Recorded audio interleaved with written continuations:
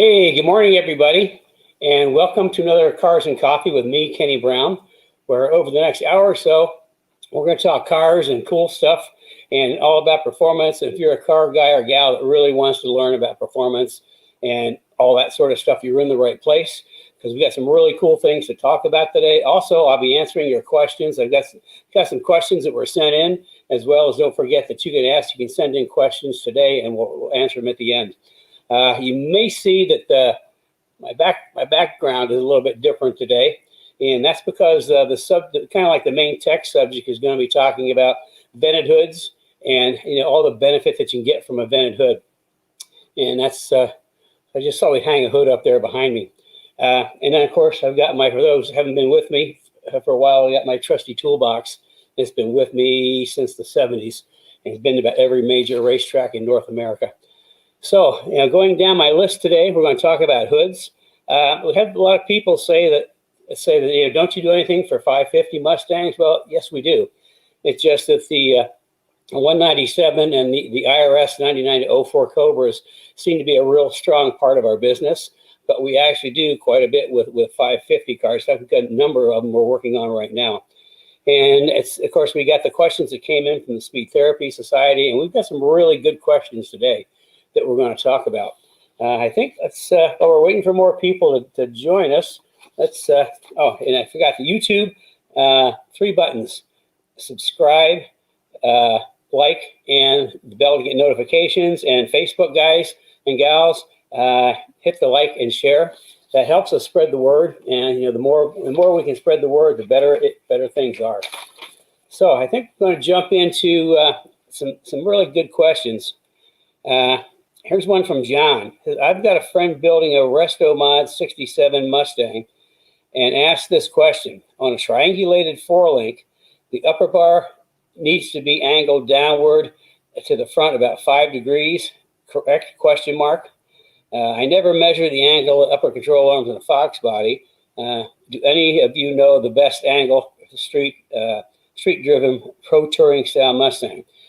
Okay, that's kind of a interesting question because you're getting down to suspension geometry, and just to make an arbitrary thing that it needs to be angled down 5 degrees. I mean, it's hard to say. I mean, it's all about the side view swing arm geometry, which creates your instant center, and that's if you take the upper control arm and the lower control arm. Anyway, however, wherever they intersect, that becomes your instant center. Now, the thing is, if at that five degree down, if you jack the car up or lower the car, then all of a sudden the angle is going to increase. So that's an arbitrary number. You couldn't go by that. It all boils down to geometry. And the guys that have been in the academy or taken the academy know exactly what I'm talking about, because we went through the geometry on splayed 4-link rear suspensions, and the big problem with those is the roll center is just like way too high. But anyway, you said triangulated. I call it splayed 4-link. I can't say that 5 degrees is the right one. It depends on where's the lower one, where's it pointing. It all has to boil down to side view geometry. So I'm sorry I can't give you a good answer, but there's not. Unless this is a kit that somebody has made that says you need to have the 5 degree down, then try that. But I look at where's the intersection of the upper and lower control arm, because that's your instant center, and that's where your rear grip comes from, because that creates the anti-squat. So sorry I couldn't help you more than that, but like I say, those that have taken the academy know exactly what I'm talking about, because we spent a lot of time talking about suspension geometry. Matt, he had a question. Is that 8.8 track lock clutches have been replaced about approximately 3 years ago. I got a dozen autocross and maybe 3 track days in Ohio. Last in Ohio, the car fully hot operating temperatures, getting intermediate growl from the back in high load corners. Back at the pit, nothing seemed to be amiss. No rubbing, looseness, or felt. with the trans gear and the wheels in the air. Let's see, one wheel will break way out. Anyway, he's talking away about the breaks way with torque. The clutch is worn out already. I'd say if you got a clutch type differential and you got more than one event on it, they're worn out. I can go back to like '86 when we were running the Slim Mustangs, and we had to run the Ford clutch type differential. I mean, they wouldn't last but a couple hours in a race. What we ended up doing is we actually, you have to, when you put the spider gears in and the pin, you have to kind of like turn the axle and twist it so they go into place. And what we did is we polished the daylights out of the path and the spider gears that run in there. And we put an extra disc in, an extra clutch disc in there. And it was so tight that Rex would get this great big bar and he'd pull the axle until we could slide it in. And it would last for no more than 2 or 3 hours. And that's when we got together with Auburn up in Indiana. And they put together, they have like a cone type clutch. It's not like clutch disc, it's like a cone. And they actually put together a super aggressive cone differential for us, and it worked great. We had no problems with it. The trick was we did not run friction modifier, so we get the best possible grip out of the diff, and which was kind of cool on track. It was no noise at all, but as soon as we pull into the pits, there'd be this bang, bang, clunk, and that was the cones as they'd like skip across because it wasn't a friction modifier. The other thing he said about a groan, sometimes on some cars going around a corner that pick up a groan, it might be the rear brake pads. I've had that happen a couple of times. In fact, on the Mustang Challenge cars in 2010, I think, they were complaining about in some corners they'd get a groan out of the back. So we were testing, and I put a number of laps on the car, and the way to tell if it is the brake pad that's creating the groan is as you're going around the corner. As soon as it groans, put just a light tap on the brakes, and if the groan goes away, it's the brake pads. If the groan stays there, then it's more likely in the differential. So that's my diff thing. But if you want to have no problems at all, switch to a Torsen. Everything we do anymore is based off a Torsen because they are a torque sensing differential, which what that means is whichever wheel has the most torque or most traction is going to get the most torque. So switch over to a Torsen, and all your differential worries will go away, and you actually get better grip in all instances. Let's see, we had let's see. This is I want to pick up a little bit on Alessandro was talking about. He had kind of a really long thing about his. I think it's the 550 car. He's running in hard corners. He's getting fuel starvation if the tank isn't completely full. And I've only heard of that a couple times. We really didn't have that problem with any of my cars. But nevertheless, if he's having that problem, and somebody came up with a response with a full-on race fuel cell, be out of the question. Well, the answer to that is not really. But the issue is, first of all, you're looking at probably anywhere from, say, $1,200, $1,500 just for the cell. Then you have to have all the stuff that makes it work. Then you have to cut out the trunk and build a frame that the fuel cell can sit in. And I mean, it would be, you can do it. It's a lot of work and a lot of expense. However, it's a really good thought, because the reason that fuel cells work so good, okay, is inside, of course, they've got the bladder. They got the outer shell, then they got the bladder, the ballistic bladder, so it won't break open under a crash. But inside, they're just packed with foam.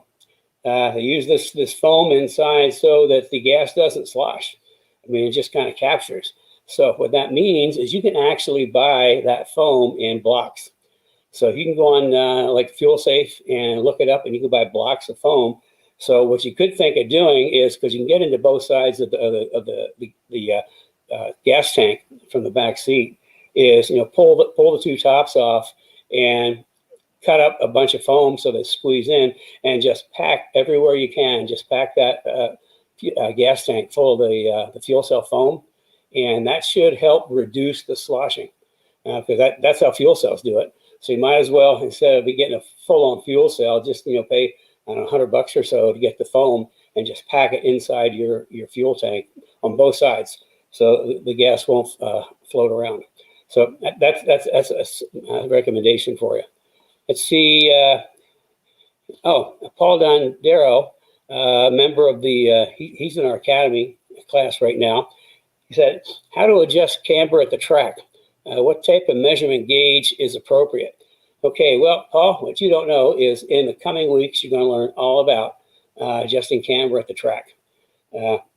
And the thing is that I typically at the track, I don't use a camber gauge to adjust camber. I mean, we'll use a camber gauge to get the initial camber setting, but from there, it's all based off of tire temperatures, and we'll be talking about that in the coming weeks.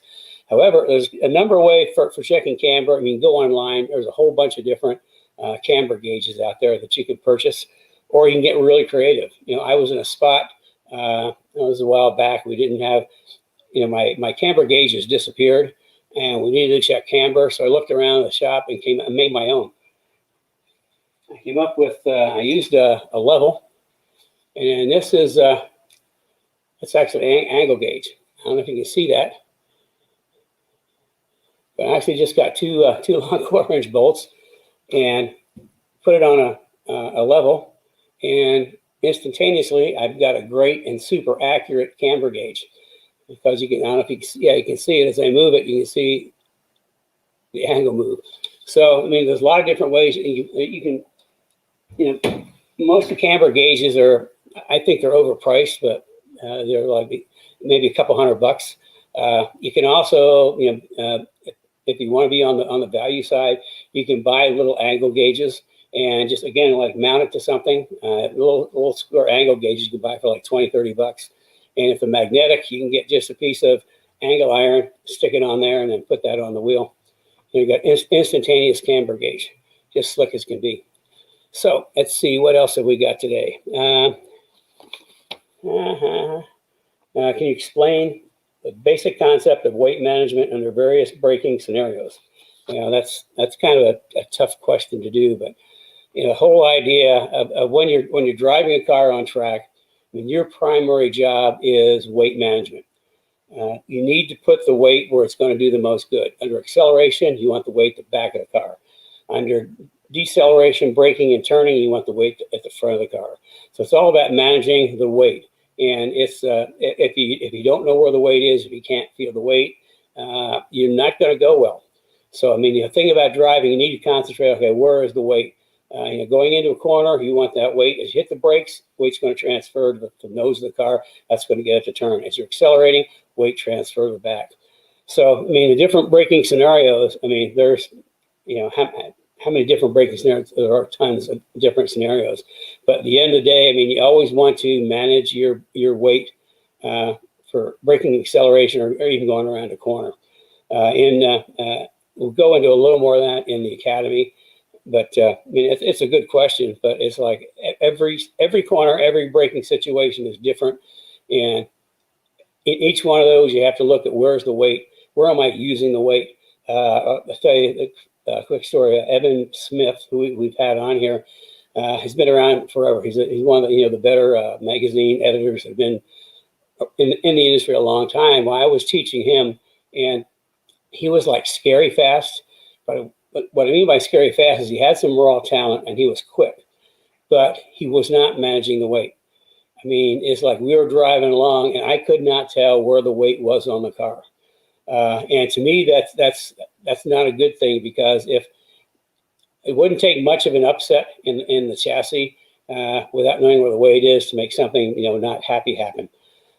So once I got him into his head, you know, think about where's the weight? Is it in the front? Is it in the back? And once we got to that point, then all of a sudden he got really good. And he's been pretty good to this day. In fact, he's one of the best editors when it comes to track driving that is out there. Okay, let's move along to our tech topic, which is vented hoods. And you can see behind me, this is one of the Tiger hoods that my late son Paul developed a number of years ago. They're back into production. We had some problem getting them, but I think we can get them again. At least we got one hanging up here. Now here's the thing: what does a vented hood do other than look cool? Well, it does a number of things.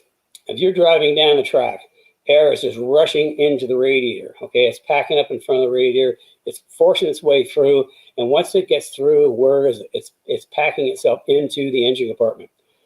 So you're getting high pressure air, plus it's hot, it's expanding, which even makes it more high pressure. And the only place for it to go is down and out. Well, if you're building up all this air in the engine compartment and it's going down, what's happening is building up a small high pressure area under the front of the car, which, going down the straightaway, sometimes it makes it feel a little light. That's because you got like high pressure building up under the front of the car. By having a vented hood, two really good things happen. First, you get rid of that heat. All the heat that's building up in the engine compartment goes right at the top. It also means all that air that's coming through, that's building up pressure in the engine compartment, isn't gone down, it's gone up, which means that it's gone up. It's going to create a little bit of negative air pressure underneath the front of the car, which is going to help forward bite and grip, and also high-speed stability. When Ford was testing their Boss 302S, I think it may have been at Groton, this is a number of years ago, my late son Paul showed up with one of his hoods, like what's behind me, and they put it on the car. No other changes to the car. I can't remember the exact number, but pretty significant. It picked up like 1 or 2 seconds of lap time with no other changes in the hood. And that's why all the Boss 302S cars had this hood on it. So, I mean, vented hoods do two things. They let the heat out, they let the pressure out. I guess 3 things, and they give you better front grip and high-speed stability. So that's why all our track cars have vented hoods. This is one of the better ones, and we can now get them again. They were running behind a little while ago, but I think they're back into production. So they are available. And this one is carbon. What's the advantage of carbon? The hood weighs 7 pounds. If you think about that, I don't know if you've looked through the hood of a Mustang, even though they're supposed to be aluminum or whatever, they're pretty heavy. So you think if you replace that heavy hood with 7 pounds, I mean, that's taking, not only have you released the pressure, you let the heat out, but you've taken weight that's mounted high in the chassis, and you've gotten rid of it. So there's so many good things that happen with a vented hood, especially a carbon vented hood. Okay, let's see. Let's get to the S550 cars. Now, we have, like I say, we have people say, don't you know anything to do with the 550 cars? Yeah, well, actually, we do a lot. It's just that the 197s and the Cobras seem to be a really strong part of our business, especially on the IRS cars, because we're the only ones that really understand and support IRS. But I thought we put together some little things on a little presentation on the 550s, along with I got a list of everything we did. We're going to use Maryland as our example. That's the CSR that we built. 2017 CSR, that's just an amazing track car, just blisteringly fast. And so I thought we'd use that as an example, all the things we can do and do for 550 cars. So fingers crossed, we tried this technology thing before, and it worked once and failed 2 times in a row. So fingers crossed, and yay, it worked. Okay. Now, as we go through this presentation, then I'm going to go down and kind of list all the things that we do that's part of each section. So first of all, here's the different packages. Now, with our program, we've got base packages, which are sort of levels of performance. And from there, each car is specifically contented for the individual customer based on their needs, their budget, a lot of different things. We talk through, but we start with a basic level of performance, and then we kind of work from there. And the base one is sport touring, which is just what it says. I mean, it takes a Mustang and makes it a much cooler, more fun for touring or driving every day, without being getting too aggressive. And even one of our sports touring packages is totally comfortable on track. So just because it's a touring car doesn't necessarily mean you can't take it on track. And then we get the next level up is the GT4, which is a street performance car that you can take on track. That's the best way to put it. It's a level up from the sport touring. Everything's a little more aggressive, more content. more fun, more handling, more grip, more performance. And then the next level up from that is the GT4 CS or Club Sport. Now this is like some really serious track performance, and it's kind of like the GT4 is a street car you take on track, and the Club Sport is a track car you can drive on the street. That's the best way to look at it. And all it is it's a matter of content. Just everything gets a little bit better, and then the real killer track car is the GT4 CSR, the Club Sport R, and we're going to go through Maryland and just kind of show you how much stuff goes in there.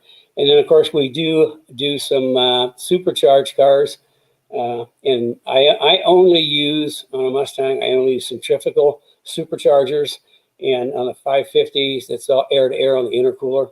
The air-to-air is more like a turbo would do, like a race turbo. A race car with turbos is air-to-air intercooler, and I only use centrifugal because it builds the power more in a linear fashion. Where with the positive displacement, like an Eaton or a Roush or a Whipple, you've got instantaneous boost, instantaneous torque, which coming off a corner, suddenly becomes you have to use your right foot to manage the torque so you don't light up the rear tires and lose grip and lose time. But with the centrifugal, like a Vortec or what's the other? Anyway, then what happens is the boost is more linear, which means the faster you go, the faster you go. So it suits a Mustang much better because you don't get that instant torque off the corner, and just keep putting your foot down and keep going faster and faster. So Pro Charger, that's the other one. The Vortec or the Pro Charger are the two that are centrifugal, and then of course we use the air-to-air intercooler. Okay, this is Meet Maryland, and Maryland is was kind of an interesting car. We name all our cars, and most of our customers name their cars. And Maryland was a pretty extensive project, and there's a lot of content to it. And when you have a lot of content, you're relying on a lot of different suppliers. And the one thing in the aftermarket about suppliers is they will let you down. That's a proven fact. So a number of delays, and we finally got Maryland put together. And it's kind of a really cool car. It was that 3-coat, a tricolor white. It's pretty gorgeous. So the reason it was named Maryland because it was a drop dead gorgeous platinum blonde that everybody wanted to get their hands on, but nobody could catch. So that's how the name Maryland came to be. So let's take a look at what is Maryland. Yeah, there's Maryland right there. And you can see that it just looks pretty potent. I mean, it looks totally planted, which it always is. I mean, the car is just amazing to drive. And you can see a lot of, I'll point out some things that we'll talk about more. We got the side splitters, we got the splitter, we got the tow hook, we got the oil cooler, we got the canards, we got the vented hood and the aero latches and the wing. You can see quite a bit of the outside things. And the front fenders are wider. They've got the GT350 front fenders. Okay, engine performance. Okay, here's what we did to the engine, and it made some pretty decent power. We used the comp stage 2 cams. If I did it again, I think I'd go to the stage 3 cams. And this is the stage 3 cams for the using the existing valve springs. We put in the Ford Racing steel billet oil pump. Anytime you have a front cover off of a modular motor, you want to put in the billet oil pump. And we use this as a 17. We use a GT350 intake manifold, GT350 throttle body. And of course, it got one of my baffled road race oil pans, which keeps the oil from sloshing around. It's kind of like the gas was sloshing around in Alessandro's gas tank. Well, the oil pans that we use are baffled so that the oil won't slosh as much, and you always have oil pressure. And of course, we have the cold air kit, and then engine oil separators to keep the, in fact, that's oil separator right there, keep oil from getting into the intake manifold. And any Coyote type engine really needs a oil separator, and you really only need them on the passenger side. It seems to be the worst side. And then it was tuned on the dyno, and of course it had pedal max.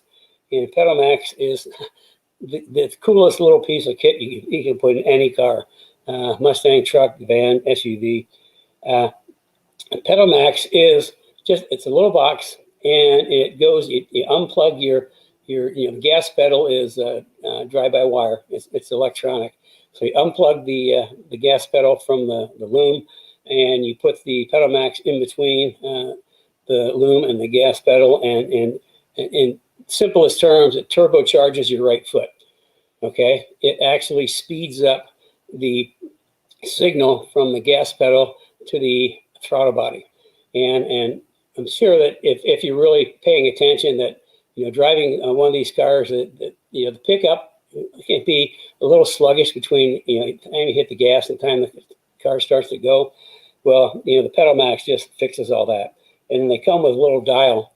You can dial, it goes from 0 to 100, and you can kind of pick just how quickly you want the accelerator to be. I typically, driving around town, I'll keep it about 60%. Gives me a good punch. On track, it would go up to like 80 or 90%. But around town, if it's raining or snowing or in parking lots, I'll turn it down to 0. And the reason I turn it down to 0 in parking lots, because if you hit the gas, I mean, the response of the throttle is so quick, the car will actually jump. So that's kind of what happens underneath the hood.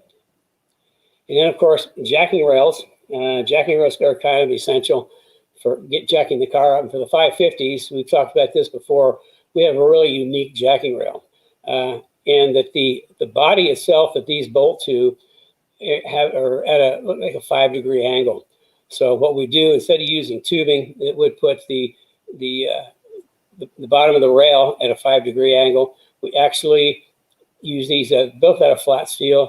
They're laser cut and then formed and welded together so that they mount flush on the body, but they're totally perpendicular to the ground, so you got a flat surface to jack on. Okay, now we get into our advanced suspension system. And for this, we put on, because it was a track car, the JRZ RS Pros, which are a double adjustable monotube with remote canister. And the RS Pros, it's a fabulous shock package for the 550s. Even though it's the RS series, which is sort of a club shock, I mean, it is just a smidgen short of a race shock, which makes it really, really a good shock to put in. And because it's monotube, we can see here we mounted it upside down, this is the line going to the remote canister, so it doesn't have to bounce up and down. But these JRZ Pros are just an amazing shock. And of course, I picked the specific spring rate for each individual car, each individual application. I'll pick the spring rate for. So it gets custom springs, and of course we include a spanner with that. And all the shocks that coilovers that come from me, as you probably know, are pre-adjusted. They're fully assembled and pre-adjusted with a starting adjustment and just a little bit of a tuning 101 tuning guide, and then instructions. If you have any questions, to call into me, and I'll give you some direction on tuning cars, on tuning the shocks. And then in the back, we've talked about this before, we do the IRS subframe support, where we lock the IRS subframe down so that it doesn't move all over the place. And this car started as a Performance Pack 1, which gives us a lot of extra stuff like the Torsen and 373 gears and better suspension pieces. And then for the exhaust, I don't know if we have a picture of exhaust. Yeah, okay, for the exhaust, is Bassani long tube stainless steel headers, X-pipe with high flow cats, and I'm reading my notes. High flow cats. Because it's going to be a track car, we only deliver cars with catalytic converters. Period. Absolutely no exceptions. But because this was going to be a track car, pretty much a dedicated track car, then we had the replacements for the catalytic converters in the trunk, so that when at the track you could switch it out. Because the catalytic converters on track will get really, really hot. And in some instances, if you go off track and it's summertime and dry grass, you light it on fire, they get so hot. And then we got the 3-inch stainless exhaust, and you can see these lovely little tips that come out the back. So moving up from the exhaust, what's on here doesn't match what's on my, oh yes it does, I'm in the wrong spot. Gosh, I haven't had enough coffee yet, I apologize for that. Drive line, talking about the drive line, this gets a shifter. The transmissions that come with the cars are not that great, but the shifters are even worse. So one of the first things we do is we throw away the factory shifter and put a shifter on that mounts completely 100% on the transmission, so it doesn't move around. So you get much better shifting. And we thought this car, a white knob, would be just the thing. It looked really awesome in there. And then the other thing in the drive line, we put aluminum drive shaft. Didn't need to do anything differential because it came with a Torsen and 373 gears. And then we also added a transmission cooling scoop. We didn't, for track day cars, only do like 20-minute sessions. Don't really see the need to do a transmission cooler. A full-on race car, for sure, we do a transmission cooler, but for 20-minute sessions, I mean, you can get by with just a transmission cooling scoop. And speaking of cooling, in the cooling department, we have our triple pass radiator, which is high capacity triple pass. We've talked about this before. That radiator, we're starting to sell a lot of those radiators. I think the word's getting out just how darn good these radiators are, and they're just a complete easy OE swap. They just drop right in. We have an SN95, 197s, and 550s, and it just makes a huge difference in cooling capacity. Even on the 550 cars, helps bring the oil temperature down, because I know a lot of people are concerned about that.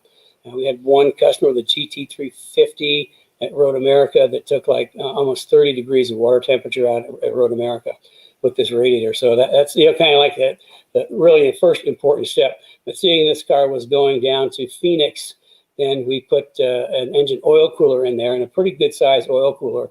But even so, it's thermostatically controlled, which means the oil cooler doesn't come on until oil temperature is over 180 degrees. And if it gets under 180 degrees, then the thermostat shuts it off. So the oil is always at least 180 degrees. And then the differential, the same thing. We use a thermostat controlled differential cooler. We wired into we hot wired into the car, so the driver doesn't have to worry about turning on a switch. And a long, long time ago, when we started doing oil coolers or diff coolers on the Cobras, and we had a little switch mounted up in the console. And what we found is a lot of times the guys get all kind of jacked up, ready to go on track, and they forget to turn it on, and they burn up their diff. So to avoid that, we just go to a thermostatically controlled system. And again, about 180 degrees, the pump and the fan click on, and we always use a fan on the cooler itself, because you can't, at the back of the car, you just can't rely on airflow to get to it and do its job. So depending on the location and where it is, it's either a pusher fan or a puller fan, but we always have a fan on the cooler, and it's wired with the pump. So pump comes on, fan comes on. And the cool thing about having wired into the system is that even when you pull into the pits, if the diff is still hot and you turn the car off, the diff pump is going to keep running until it gets cooled down. Where if you had it wired into the key, you turn the key off, and all of a sudden all that heat sink and the diff is just going to stay hot. So what's next? Here's a shot of the radiator, and you can just see how thick that is. And believe it or not, as thick as that is, and it's a triple pass. Remember, it comes in one side, goes across, makes a U-turn, comes back across, makes a U-turn, goes back again. So it's highly efficient. And then the fins that we use in these are smaller, so we actually get like 17–18% more surface area than other 3-core radiators, which means more cooling. So I mean, it's like I say, they're getting to be really popular. We're starting to sell quite a few of them. I think the word's getting out that it's a really good thing to have. Okay, brakes. This is the front brakes and front brake cooling. I can tell you that we've tried a number of getting this hose in for a 550 car to the brakes is a real challenge. On different cars, we tried a number of different ways. Haven't come up with the ultimate, but you just have to get creative to get that hose, kind of snaked all the way back to get it up to the brakes. But brake cooling is super important for a track car. And we've talked about this before. I mean, the brakes get hot, plain and simple. If they get hot and you get natty even cool, because brake ducts improve the pad life and they improve rotor life. And they also improve safety because the brakes aren't going to get overheated and fail. Now, here's the Gonzo brakes that we put on Maryland. Now you say, oh, man, that looks pretty big. Well, just to give you an idea of just how big that is a 15-inch rotor. Okay, the rotor is 15-inch by 1.4. Most big brake kits are like a 14-inch rotor by 1.25. Well, this is 15-inch by 1.4. So it's a full-on race type rotor package. And if the disc is 15 inches, just look how big that caliper is. I mean, the caliper is massive, and the brake pad is bigger than the palm of your hand. In fact, the caliper itself is bigger than a license plate. That kind of gives you an idea. So that's what we do up in the front. And of course, remember we talked about the thin little lines in the rotors. We only use slotted rotors, no holes. Holes will crack. They always have to point forward to get the best operation. And then we can see, in the back we use our standard 6R, which is the Extreme 6R, which we've used for years on the 197 cars. But we use a full 14-inch, 15-inch rotor on the back with a 15 by 1.25 6-piston R calipers on the back. So when you talk about braking capability, man, you can haul this thing down from really high speed in no time at all. I mean, it just stops. And of course, we use stainless steel lines, and then as well as high temperature fluid. And the customer wanted black calipers, so we had a custom color of black with the red Kenny Brown and the white bear claw. Okay, interior. Oh, I forgot to mention the wheels. These are Ford's line wheels, and again, he wanted them black, so we got custom color of black powder coat. These the VX1 monoblock wheels. Great wheel, open lug, so it's easier to get the lugs on and off. And then also, it's 19 by 10.5 front and 19 by 11.5 rear. Okay, and then for tires, we put a 305/30/19 on the front and a 325/30/19 on the back, and Pirelli Trofeo R's. So it had like super sticky tires, super big, super sticky tires, and man, they grip. I mean, like I say, driving this car, I got to drive a little bit at the Corvette Museum track, and I was just blown away just how well this thing drove and how hard it gripped the road. So then moving on to safety, we came with the Recaros, so we added the Schroet. This is a 4-point single clip harness belt. And then we also, put in the roll bar. And so for a number of things, it's a safety measure. Plus we can mount the harnesses to it. Plus the rear seat delete to give that kind of like custom look. It looks really, really tidy inside with the roll bar and the rear seat delete. And then we get the aero on the hood. This is a different kind of vented hood. The one that, like the one that's behind me, the Tiger hood was not available at this time. So this actually has 3 sets of vents on either side and then in the middle. So there's plenty of cooling in the hood. And also this kind of shows the aero catches that we put on. Anytime that you put on a lightweight hood, you always, always, always have to put hood pins on of some kind. Now, over the years, we've evolved to using these AeroCats, and you can see how slick they are. I mean, they're perfectly flush on the hood, so they don't have any issues with obstructing the airflow, and they look really cool. Now, most cars we mount north and south, but just through the nature of the curvature of the hood, it worked better to mount east and west, and they mounted really good there, and it looks great.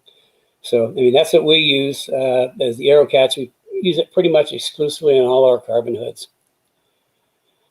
Okay, now here's a good shot of the side aero, the side splitters. And what we've talked before, and we go over that in detail in the Aero section of the Academy. In fact, speaking of Aero in the Academy, the illustration that I think was in the email showing it's actually, I think it was a GT 500. That is actually one of the illustrations. They're in the Aero section of the Academy. I spent 2 weeks talking about Aero and how it works in a car and how to improve a car through Aero. And this kind of gives you a really good shot of, this is the side splitter, and that keeps the air from rolling under the car. Air, as you go down the road, air wants to roll under the car because it's curved here. And by having a side splitter, it keeps it from rolling under, which helps keep the back of the car under negative and keep the car down and flat. Also shows you the front splitter that we put on, carbon splitter. And then because we're going from max downforce on this front and back, we added some really small, not huge, but just some small canards, just a little more front downforce along the splitter, the canards, and the hood. Really pull the front of the car down, and the side splitters, the wing, and the diffuser, which we'll see, hold the back of the car down. And there you can see, there's a good view of the splitter.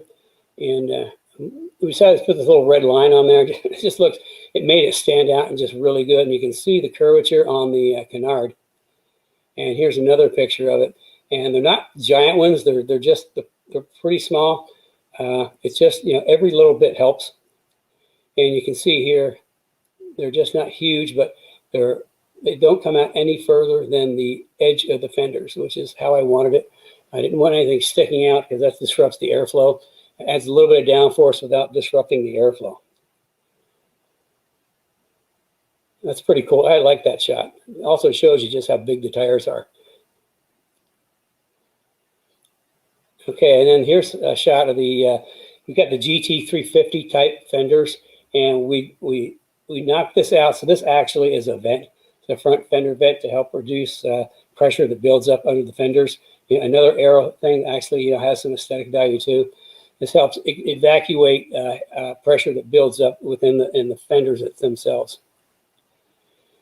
And then the rear wing, we use the 3D type wing, which has a raised section. And the purpose of that raised section is, especially for a sedan, as the air comes over the back of the car, having this raised section actually kind of induces the air to come under the wing more so than if it were flat all the way across. Anytime we use a lower wing, I like to use the 3D type to help pull air underneath it. In racing, we'd use a tall single plane wing because we can get it up in the airstream. But putting a great big tall wing on a street car / track car, really, it's kind of like we didn't want that look at me thing, driving down the street. So the cops say, "Hey, I think I'm gonna arrest that guy." So we put the 3D and mounted it low. It looked, as you can see, it looked pretty cool. And here's a diffuser we put underneath it. So we're using the side splitters, the diffuser, and the rear wing, all to create downforce at the back of the car. And that is about the closest anybody will get to this car. If you're following it, you won't follow it for long because it's going to be gone. I mean, the car is really, really, really, really quick, and it's just absolute dream to drive. One of the nicest driving cars I've done. Even drives nicer than Ruby, my 197 car. So, I'm back. So for those that say, what do you do for 550s? Well, you can see we do a lot. And the content on all the 550s is just based off the individual, what your needs are, how you plan to use it. If you're a track guy, what your level of driving you're at. And then, of course, what your budget is. And I kind of, when we talk about all this, I try to come up with the best package. And if anybody wants to, talk more about a 550 and some planning, don't forget, I do the 15-minute consults. As you know, asthma is a problem with me in the summertime. So a little bit of water will flush it down. So I think I got through pretty much everything. So if Kara, are you out there? Yes, I am. Okay. Do we have any more questions today? We have a couple. I'm going to get to those, but first I need to preface it. I am dog sitting today for my son and daughter-in-law, and if you hear any panting, growling, or barking, it's not me. Yeah, we're babysitting our grand doggies, and they're both puppies, so so be aware. Okay, so let's see. The first question that we have is from Mike Wolverton. Does Kenny have any thoughts? I'll put this up so people can see it. And add your questions. So we just have a couple here. If you have any questions, please add them. It doesn't have to be on today's subject and be on anything. And here's Mike Wolverton's question. Does Kenny have any thoughts on the 2021 Mach 1 with the handling package? Seems like many of the great GT350s and GT500 parts on a GT. Okay, that's a good question. The handling, anything on the 550 cars, the handling package, to me, they're all undersprung, and especially if they've got the Magnerides. And typically, I have to look up. I think they come with like maybe a 130, 140, 150, somewhere in there front spring rate. And with the Magneride, the best you can get is actually the GT350R front springs, which I think 240. All the other aftermarket springs are in the like 190 to 220 range, and that for street driving is fine. For track, it's like way undersprung. To give you an idea, on the 550s, our touring package is like a 350 front spring. Street performance, track performance would be a 500, 550, and then track performance, like was on Maryland, is a 650 front. So you can see that they're, to make a car really quick on track, you need some spring rate. And unfortunately, none of the factory cars don't have, in my view, this is my opinion, they don't have enough spring rate to really make them quick. So, and I think they're probably sharing some of the GT350 suspension bits, because that's kind of what Ford does, is they repurpose things that are already in the system. So, I mean, great street car, okay track car, but if you really want to get serious, and there's just not enough spring rate in there. And if you've got the Magneride, then you're kind of, the best springs you can put on the front are the 350R springs, which I think are 240. So that's kind of my thought on spring rates. Like I said, a great street car, okay track car, but if you're really serious, you need a lot more spring. And if you have more spring, you need more shock. So that's why on Maryland we went to the RS Pro's fabulous shock package. And I think I was running a 650 springs on the front, and the back, because we went to coil on shock, not coil on control arm. I think I have to look at my notes, but either like a 650 or 700 in the back, and it just drove great. Okay, here we got another one. Okay, we just have a couple comments right now. If you have any other questions, please add them to the comments, and Kenny will answer them. Mark is in the house. Mark says that it has shark gills like a GT350. Yeah, it's actually the GT350 fenders, because we wanted to put the 305s in the front and wanted to be sure it had plenty of room. So we got the carbon GT350 fenders and then opened it up so it actually did vent. So it vented out the air in the fender.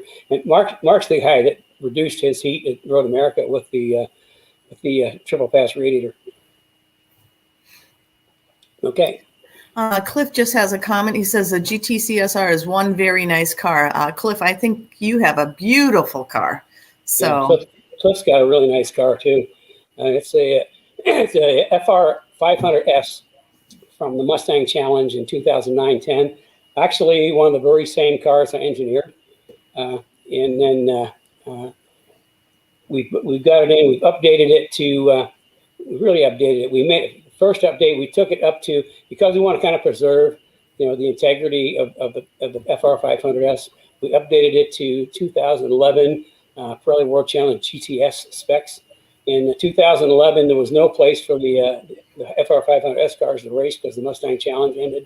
So SCCA let them into World Challenge with some updates. They could do the Ford heads, hot rod cams, intake manifold, throttle body. which we've done and made some really decent power. Actually, the Ford heads aren't available anymore, so we got a really nice set of stage 2 from Livernoise. It makes like 380 rear wheel horsepower, which is pretty decent for a 3-valve. And then we also did our AGS 4.5 suspension. 4.5 is the newest suspension with the K-Link at the back. And we're going to do another round of introduction on the K-Link and opportunity for people to purchase them. We've been through 2 rounds, and we have to do them rounds because it's such a complicated piece. It's not something you can just kick out like a whole bunch of widgets. And it takes some real effort to build them. But the results are totally amazing. We got guys that aren't picking up tenths of seconds in their lap times. They're picking up seconds, and not 1 or 2, but a lot of seconds just by adding the K-Link to the car. So we'll be talking about that in future weeks too. Anyway, it's a pretty sweet car. It's a really nice car. And also to help the aero, we added our front fender wickers. I think we showed that. We showed that like a couple of weeks ago. Yeah, last week we showed it. Last week we showed the front wickers on his car, and we, of course, he's got the Tiger hood, and the wing that comes on the FR500S is not particularly efficient. In fact, kind of like the joke was back then, that it made 19 pounds of downforce at 0 miles an hour. So what we did, so to keep the integrity of the car, we just added just a little piece of aluminum angle on the back of the wing like a gurney, which actually will help the wing become a little more efficient. Plus, we added a diffuser at the back, again, to help the wing become more efficient. So it's going to have some pretty decent downforce. It's got some grunt. And then, of course, we got the JRZ single adjustables on there, which are, great track day shock. Okay, what did Joe want to know?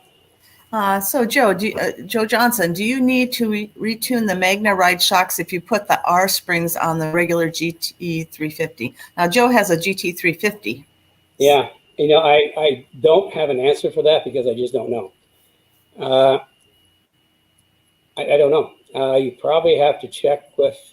There should be some people in the forums that would know the answer to that. I just do nothing with the Magna Ride, so I just have no answer for you. But I would think that,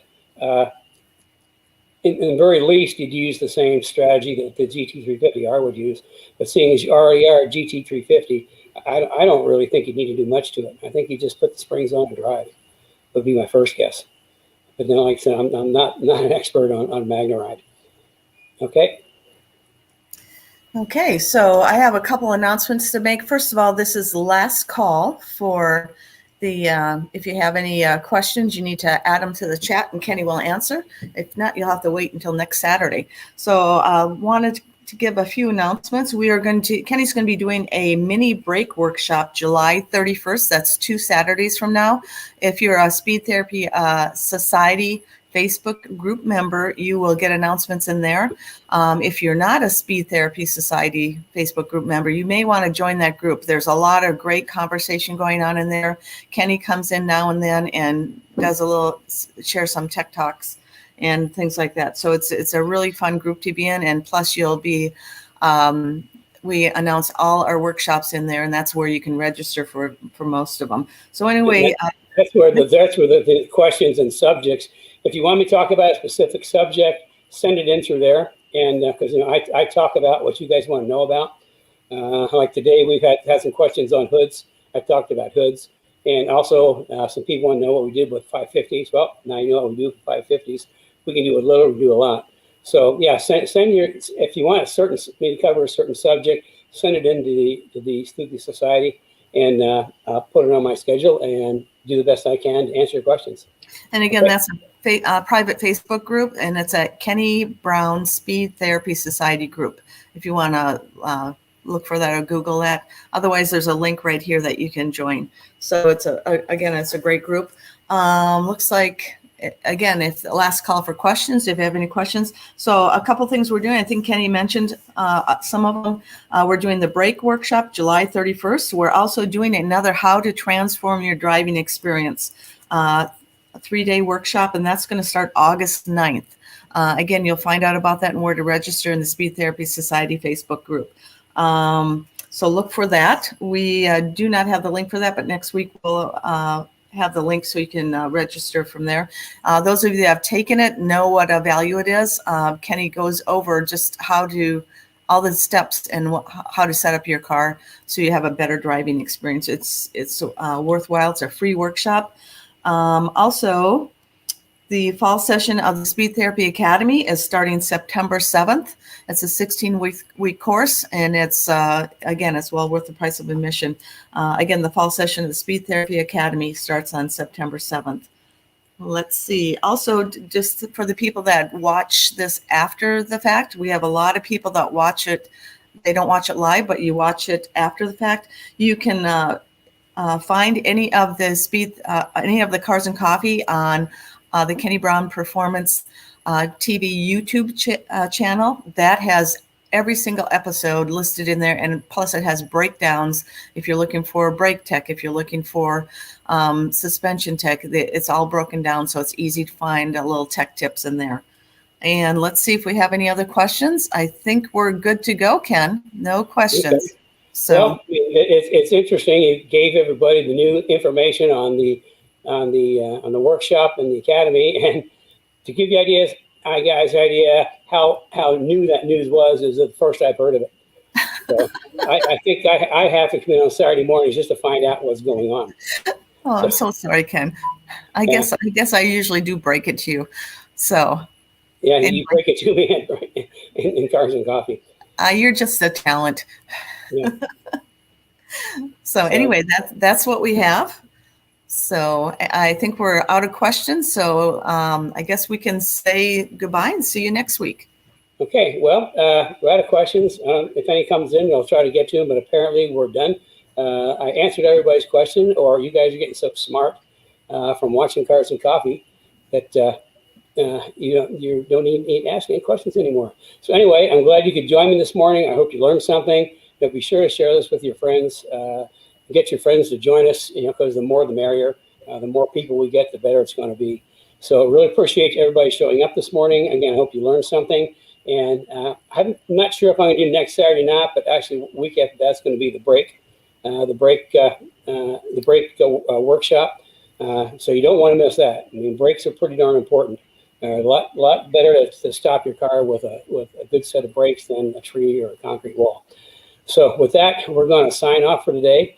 And if I don't see you next week, I'll see you the following week after. So have a good rest of your weekend and drive safe.